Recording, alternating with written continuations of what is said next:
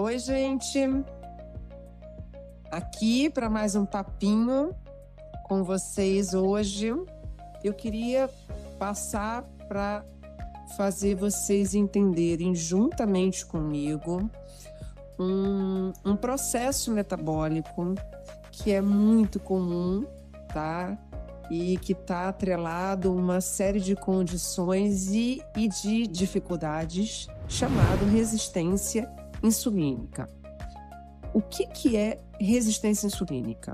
De uma forma bem simples, é quando as células perdem uma capacidade, uma afinidade à insulina, que é o hormônio que coloca a glicose para dentro da célula.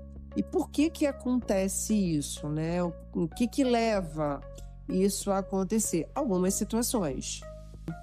Excesso de peso, a obesidade, porque essa resistência insulínica geralmente acontece em todos os tecidos, mas principalmente, tá? Nos músculos, no tecido de gordura e no fígado, né? Então, no excesso de peso, você tem um aumento do tamanho das células de gordura e muitas vezes até um aumento do número dessa célula. E essas células, elas perdem a densidade do receptor ali, a afinidade. E o que acontece? Né? Essas células, elas também de gordura que estão aumentadas de tamanho e em número, elas produzem adipocinas inflamatórias que alteram essa resposta. Dessa mesma forma, o depósito de gordura nos órgãos, no fígado e até mesmo nos músculos também gera essa alteração. E qual é o grande problema, né? Nessa situação específica do excesso de peso?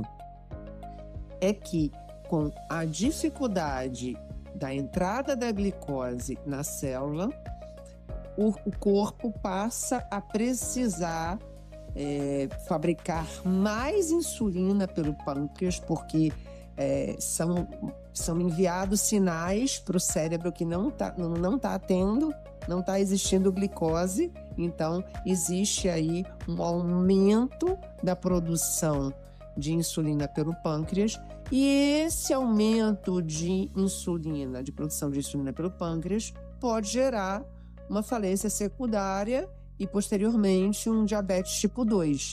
Geralmente é o processo específico do diabetes tipo 2 ligado ao excesso de peso, que acontece em qualquer faixa etária, mas muito particularmente também no processo de senescência, de envelhecimento, tá? Então, essa é uma das condições. O sedentarismo também pode levar à resistência insulínica. Algumas alterações ou situações hormonais, como a síndrome do ovário policístico, que tem a resistência insulínica como base fisiopatológica, excessos, o estresse crônico, né, que leva a picos de cortisol. O hormônio do estresse, o cortisol, ele gera aumento de glicose, aumento de gordura, e pelo mesmo motivo você também acaba tendo resistência insulínica. Um sono deficitário, um excesso de alimentação que vai levar aí também pelas mesmas vias, seja pelo excesso de peso ou pelo aumento do cortisol, a resistência insulínica. Então, todas essas situações que geram resistência insulínica, como é que elas vão aparecer no teu corpo, né? Elas vão aparecer como um aumento de depósitos de gordura, principalmente nessa parte abdominal e flanco. É uma gordura de difícil mobilização. Então, aquela insulina que não entra ali na célula para levar a glicose, ela acaba aumentando essa circunferência, gerando um depósito de gordura ainda maior. Então, é uma bola de neve. O aumento da gordura aumenta a produção de insulina. A insulina que não é utilizada gera aumento da própria gordura. Então, a gente precisa muitas vezes usar algum tipo de medicação para melhorar a resistência insulínica quando a mudança do estilo de vida, a melhora da alimentação, o exercício, o gerenciamento do estresse e até mesmo, vamos dizer assim, uma melhora no sono, entre outras coisas, não melhora essa resistência insulínica. E a resistência insulínica também pode acontecer e acontece na fase de transição hormonal da mulher, né, para a menopausa, a mulher que está no climatério, está entrando, porque o estradiol é um hormônio que ele aumenta, ele melhora a sensibilidade de insulina. E a mulher, nessa fase de transição menopausal, o que ela faz? Ela tem um declínio do estradiol, que pode ser um declínio que na maioria das vezes é progressivo e, enfim, chega um momento que esse estradiol ele cessa, né, na produção ovariana. E é quando a mulher realmente começa a ter os sintomas, os fogachos, a névoa mental, que é o brain fog, dores articulares. E o que começa a acontecer com essa mulher? Ela começa a ter um acúmulo de gordura abdominal, muitas vezes até que ela não tinha anteriormente. E mesmo fazendo exercício, e muitas vezes mesmo melhorando a parte alimentar, gerenciando o estresse, ela não consegue ter uma perda de peso que seria, vamos dizer assim, coerente com essas atitudes, com esse comportamento novo que ela está tendo. A resistência insulínica, ela precisa ser vista, ela precisa ser tratada. Existem alguns suplementos, existem algumas abordagens que a gente pode tentar. A berberina é uma delas, o vanádio, colinato de crono, ácido alfa-lipoico. A gente pode usar algumas estratégias antes, obviamente, de entrar meramente com uma medicação, com uma metformina, com a pioglitazona, que são medicações que melhoram muito essa resposta insulínica, tá?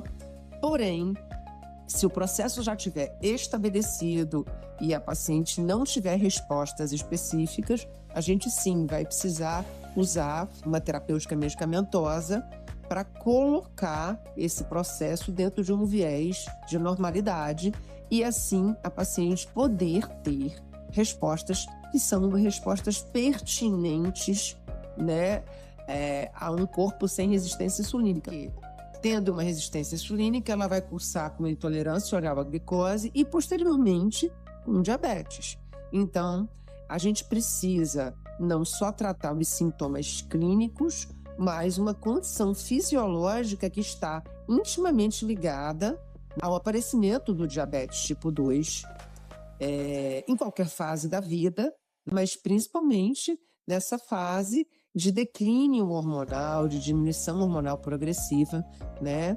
E justamente essa gordura aí também localizada no abdômen, ela gera outros problemas aí no diabetes. Ela gera aumento de triglicérides e colesterol, ela gera hipertensão, então ela aumenta risco cardiovascular, risco de AVCs, além da questão estética propriamente dita, que é uma questão que também a gente não pode deixar de vislumbrar aqui. Então, a resistência insulínica, ela pode acontecer em qualquer idade, de acordo com alterações hormonais, enfim, e com o processo de ganho de peso, mas ela acontece muitas vezes nesse processo de senescência, de serenidade, de envelhecimento, com ou sem doença.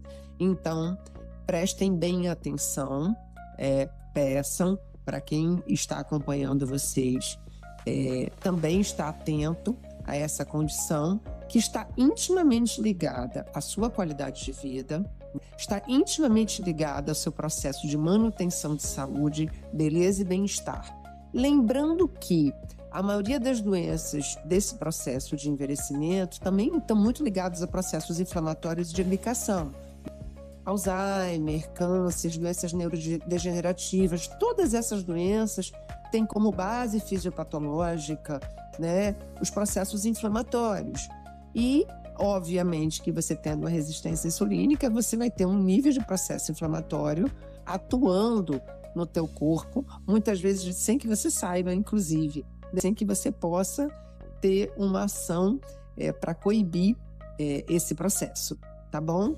Então, fica aqui um recadinho para vocês, né?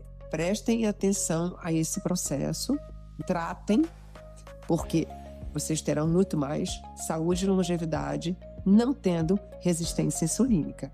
É isso, um recadinho da doutora Sil de hoje.